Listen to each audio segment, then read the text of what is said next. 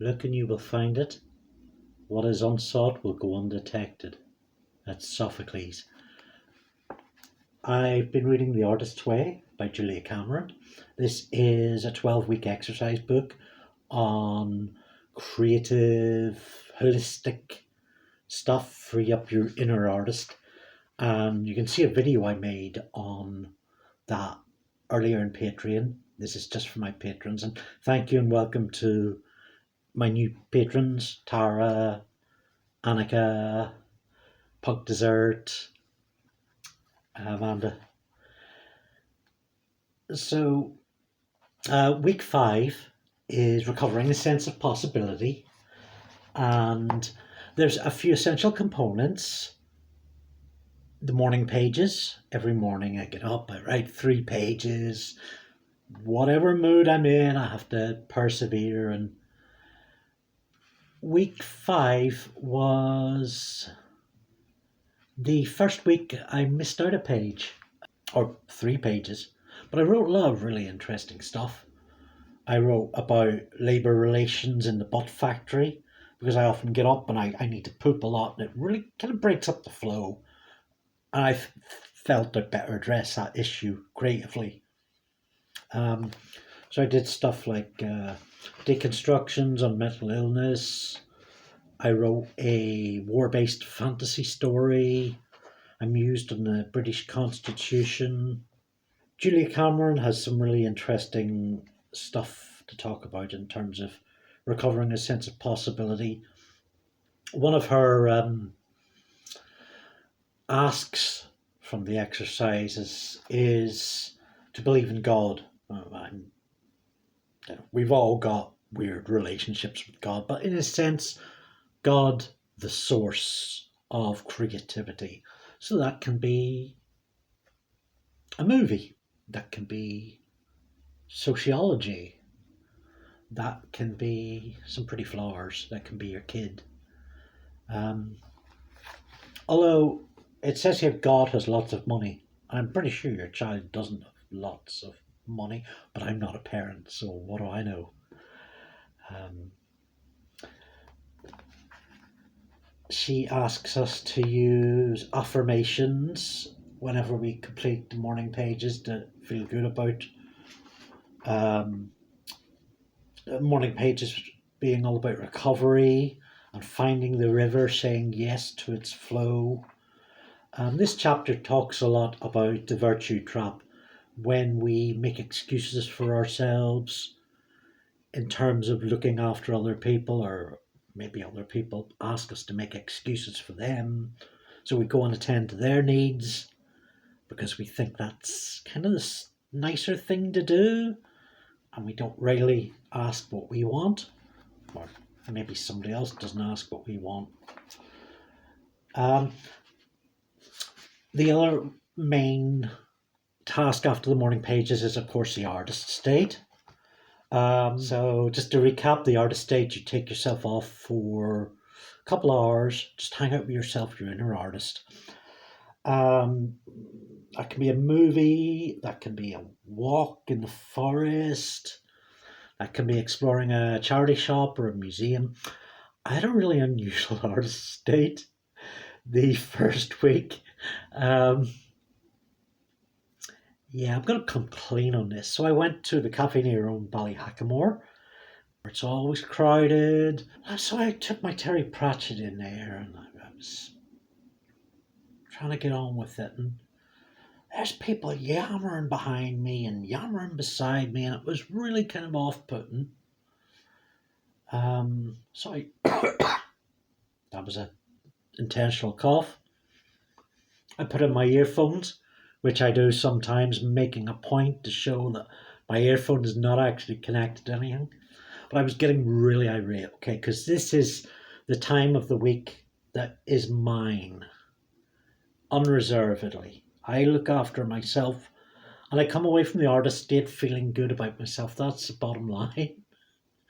When I began to explore it, and this time I totally did explore it, and I read aloud. And sometimes I do this. I read a couple of lines aloud just to hear my external voice in my head. And anyway, this time I read about 12 or 14 pages, and eventually it worked. Oh, yeah. So I got what I wanted. Okay, so week 6 was recovering a sense of abundance. And, well, what did I write about? So I have a little list down here.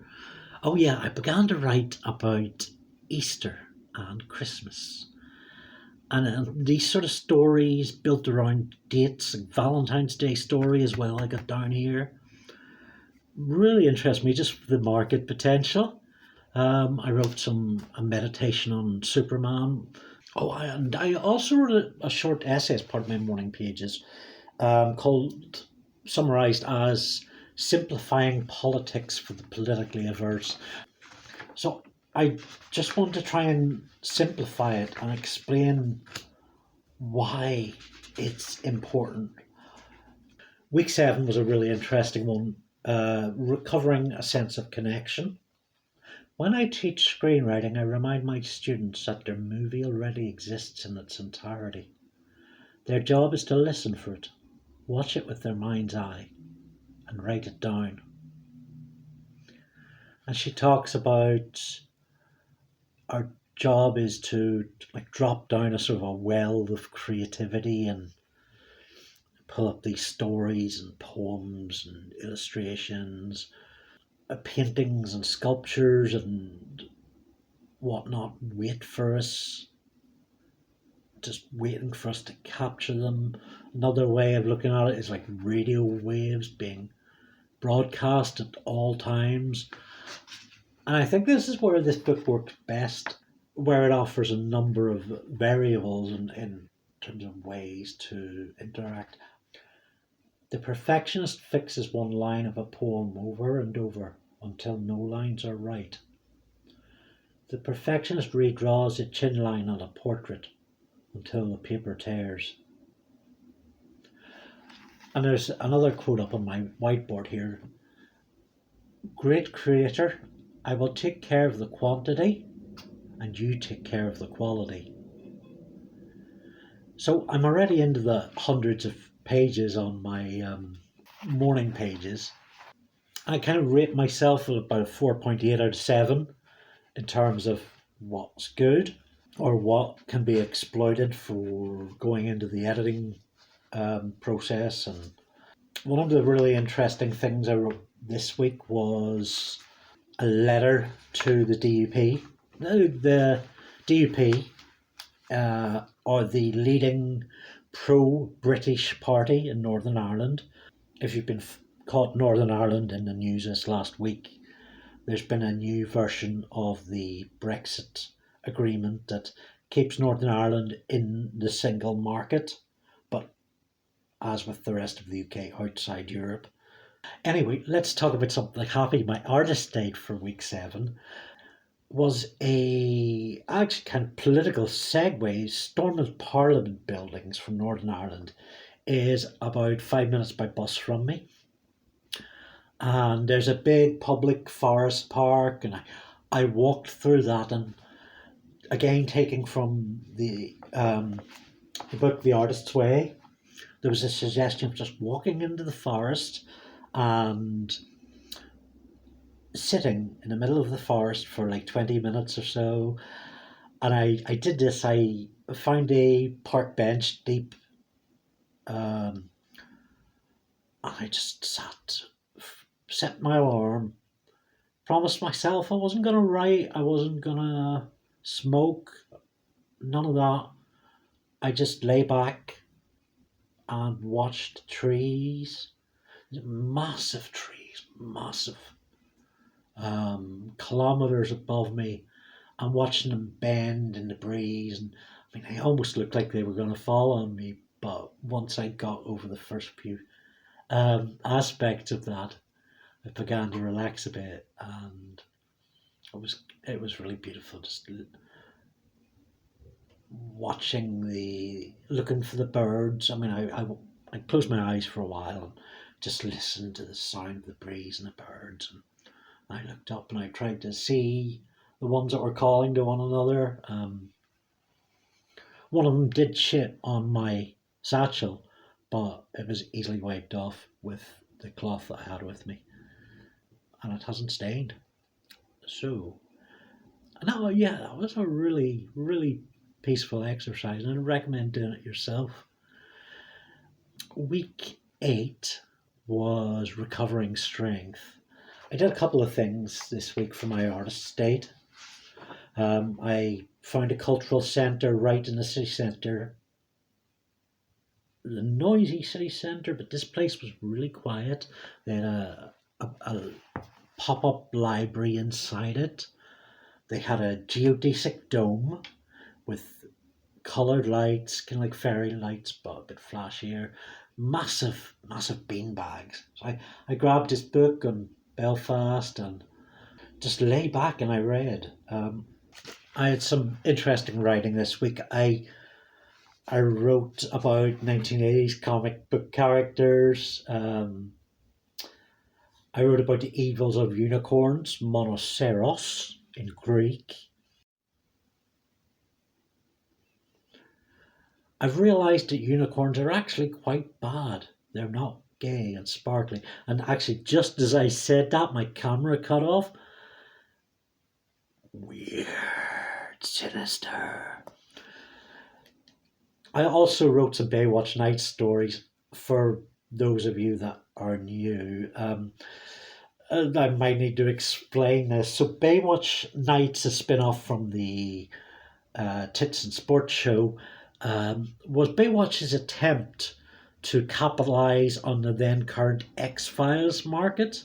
So it's that sort of show, but it's written by people who have absolutely no idea how to write that sort of show. And it just ends up being an example of so bad it's good, weird television.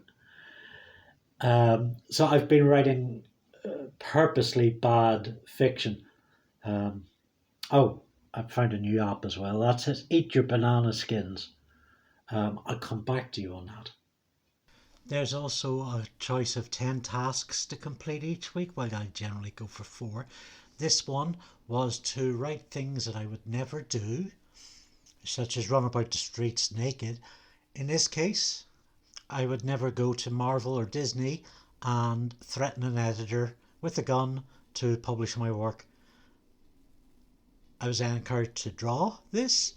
So this comic is me kidnapping Kevin Feige and then getting shot.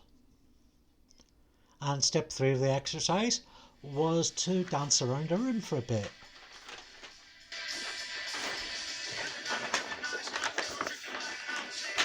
Leonard Bernstein.